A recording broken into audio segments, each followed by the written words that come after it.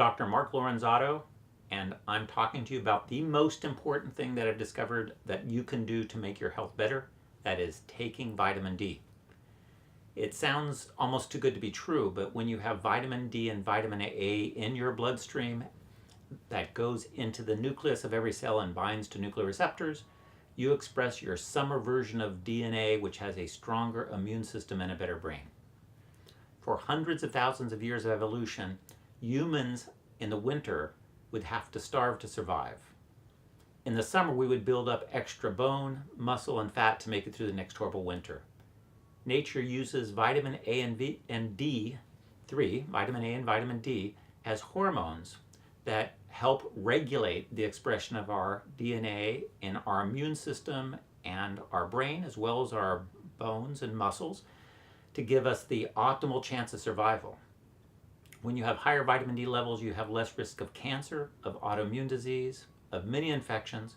The brain works better, less depression, less dementia, less schizophrenia, and less stroke. And this is all just the tip of the iceberg. Vitamin A and vitamin D are probably the two most important factors that change seasonally. There are other ones, most likely. Vitamin D can also be taken with vitamin K2. When we take vitamin D, we absorb more calcium, zinc, and manganese.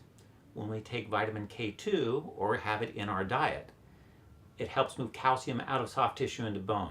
People with the highest K2 levels on the planet have some of the least coronary artery disease and the best bone density. When animals are given K2, it extended their lifespan. K2 is important, and you can find it in many foods, if not supplement. The dose I recommend for 9 years and above individuals in the San Francisco Bay Area for vitamin D is 5,000 international units a day. That's not a lot. A lot of doctors think that's a lot, but much of the scientific literature for vitamin D has not been good. They've taken assessment of vitamin D without recognizing that vitamin A has to be present for it to work. So when you factor this in and look at the rates of cancer and when they become less likely to occur, it's when vitamin D levels are above 55 nanograms per ml. You can't do much better than that. And it takes about 5,000 international units a day for the average person to do that. I frequently get asked what form to take it in.